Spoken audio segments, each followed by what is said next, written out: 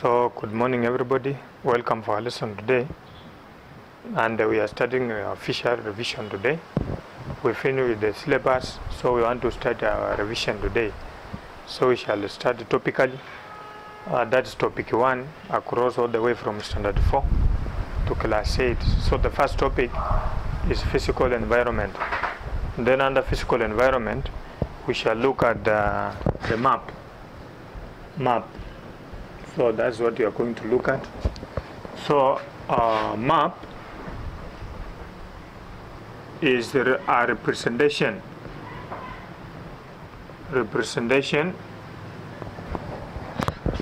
of Earth surface on a flat surface. So a map is a representation of part of the Earth surface or Earth surface on the flat surface. So if we can draw a map, the Earth surface or flat surface include paper. We can draw a map on the paper. We can also draw a map on the wall. And then we have also a blackboard.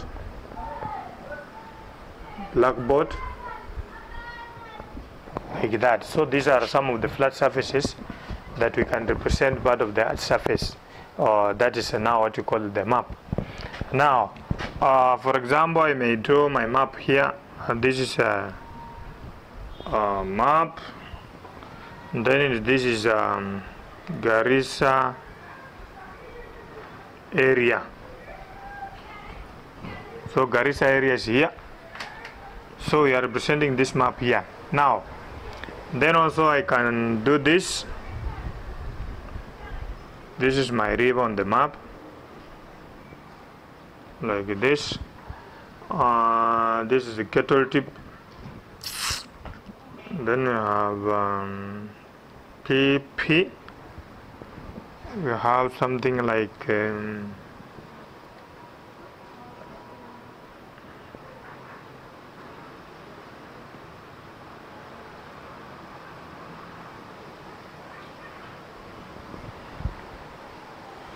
and then we have another one.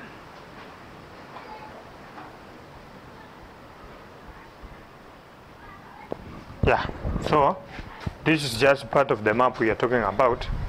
So after looking at now, we have defined what is a map. We want to look at the elements of a good map. A good map should have good elements.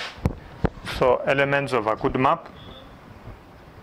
Elements of a good map.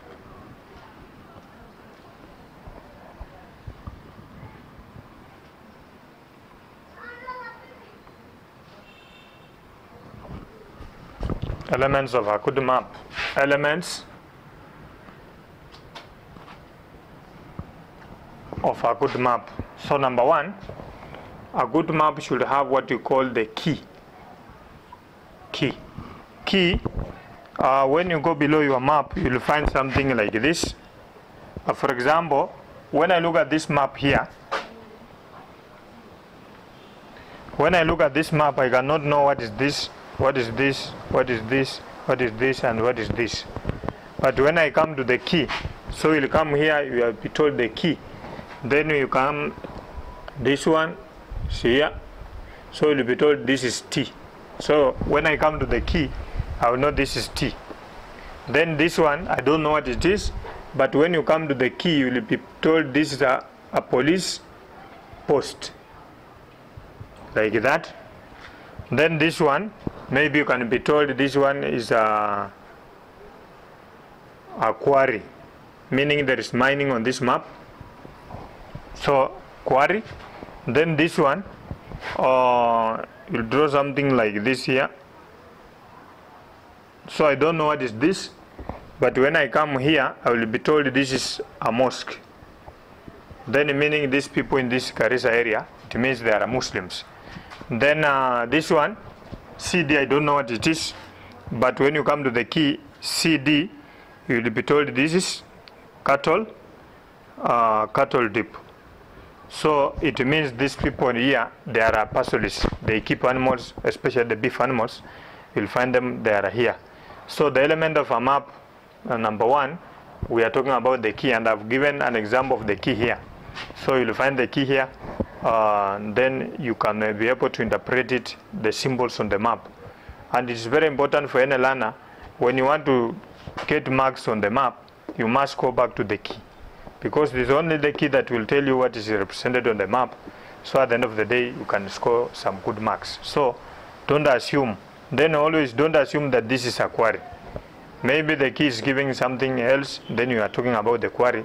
So make sure you deal with the map or the key to make sure that you don't lose marks. Then another element of a map,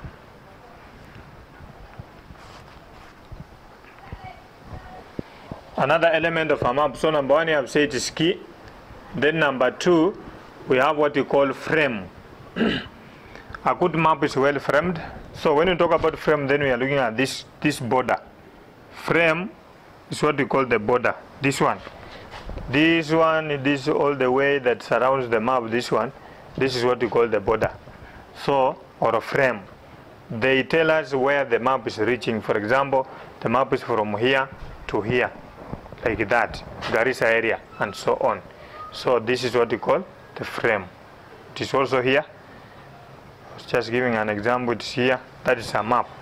So that is frame. Sorry, frame. Then number three, a good map also should have what we call title. Title is the heading. Title is the heading. Heading. So title is what we call the heading of a map. Like if you see here, I've called my map, I've named my map. The name of my map is what we call the heading or title. So the map I'm studying, I'm able to know this is the Garissa area. So that is what we call title. So that is also another one. Then number four, a good map also should have a compass. Compass direction. So when you look here, this is our compass. Always, even in exam, anywhere you have a map on the flat paper or flat surface, you will find that there is a compass. The role of the compass, it tells us direction. So it shows direction on the map. For example, I may ask, what is the direction of the cattle tip from the quarry? What is the direction of the cattle tip from the quarry? So our quarry is here. This is my quarry. This is our quarry. Then this one is our cattle tip. Cattle tip is here. So I want the direction. I'm here. I'm standing here. Then I want the direction from here to here. What is the direction of the cattle tip from the quarry? So what shall I do? I will go to the last word on my question, which is the quarry. Then I will draw my compass here. So I will come and draw my compass direction here, like this. Then I will name, this is north, this is south, this is east, this is west. Then there is no cattle tip here, no cattle tip here, no cattle tip here, no cattle tip here. I will still divide my compass. I will still continue dividing my compass direction like this. So this is north, east. So I will find out that now the quarry, the direction of the cattle tip from the quarry here, it is northeast. So this is my answer on my question. So that's what you're talking about. So that's the use of the compass direction. So remember that. Then number 5, we have what you call the scale. A good map also should have what you call the scale. Now, when you are doing exam, below just the compass or the map, we have something like this here. This is 0, this is 1, this is 2, 3, 4, 5, 6, 7, 8, like that. So what do? This is what you call the scale. So here, maybe you have been told now,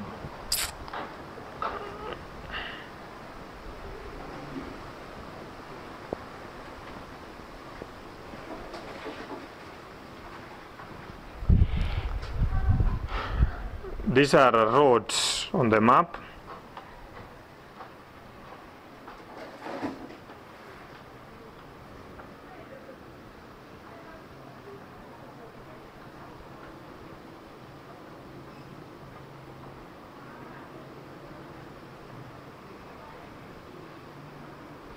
This is our bridge. So maybe you've been told to measure the direction from here to here. What you do, you will take a piece of paper, you measure. After measuring this length here, and then you will come, then you place your piece of paper here on this scale. So scale is used to find the length of the maybe a given distance on the map, can be road, river, and so on. So you will measure from 0. So in that from 0 to 1, that is 1 or kilometer or whatever. So that it is. So this is what you call the scale. Now, these are the elements of a good map. Good map should have key, frame, title, compass, and then you have the scale. And they have their functions on the map. So I think that's all about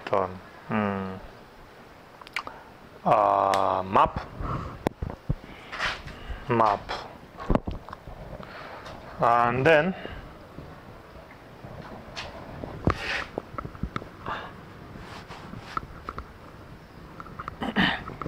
questions on the map which are very important. For example,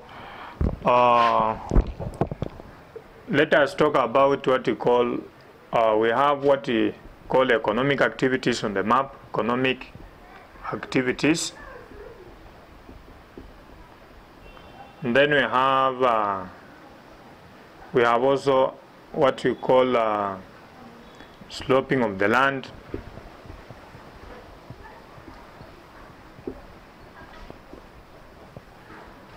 Rising of the land.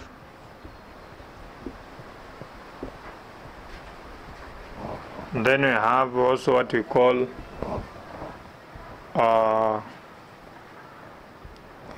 so you have economic activities on the map, rising of the land. We have also religion on the map.